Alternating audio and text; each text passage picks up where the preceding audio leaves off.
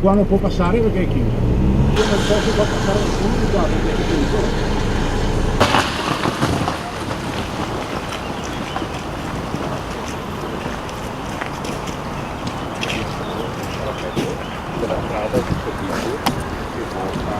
Due frane e il blocco con il Fadalto isolato. L'immagine simbolo dell'ultima ondata di maltempo nella Marca e nel Veneto sta nella terra, crollata sulla statale 51 Alemagna, in 2 punti.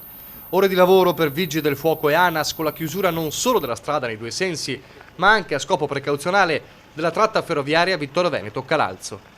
In queste ore si provvede alla stabilizzazione dei corpi franati e successivamente alla rimozione di tutti i detriti presenti sulla sede stradale per consentire il ripristino della circolazione e anche la riapertura dei binari bloccati dalle 15 di ieri. Disagi pesanti per il traffico e anche per chi vive in zona e qualche momento di comprensibile tensione. Noi che siamo da Basso Fadalto, c'è un cartello che dice da Fadalto a Basso Fadalto? Andare fuori dalla parte opposta. Dove c'è? Da Basso Fadalto. Dove c'è? Dall'altra parte. Dove c'è il cartello? Dove c'è? Deve parlare con il comune perché non è strada nostra, è strada comunale. La montagna si è piegata sotto l'incessante battere del nubifragio, ma la frana del Fadalto è stata solo la punta dell'iceberg di interventi per la nottata di superlavoro conclusa all'alba.